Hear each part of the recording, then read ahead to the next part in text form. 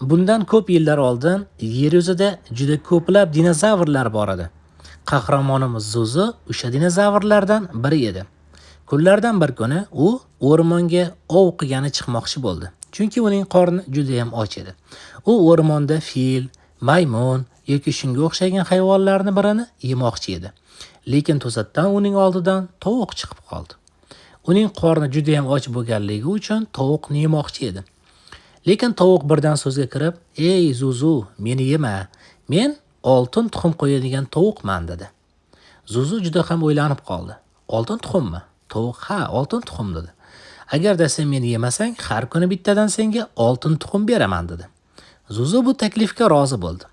Oradan kunlar o'tib, Zuzuda juda ham ko'plab oltin tuxumlar bo'ldi. Va u o'ylay boshladi.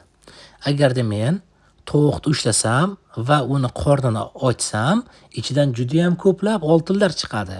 Men yana ham boyib ketaman dedi. Va u o'rmonga bordi. Tovuq bilan gaplashishga qaror qildi. "Ey tovuq, sen meni aldayapsan. Senda juda ham ko'plab oltin bor ekan ichingda. Men seni ichingdan hamma oltinlarni olaman" deb tovuqni o'ldirib qo'ydi.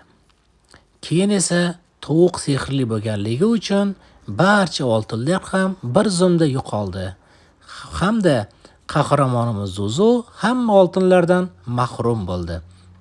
Qissadan qissa nima?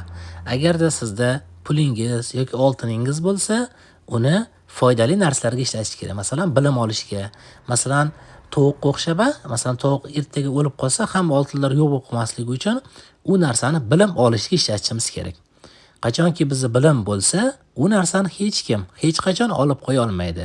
Lekin oltin pulimiz bo'lsa, uni kimdir qachondir olib qo'yishi mumkin. Ilmi bor odam desa, hech kim pullarini olib qo'ya olmaydi. Chunki pulini olib qo'ysa, yana ilm orqali yana pul topa oladi.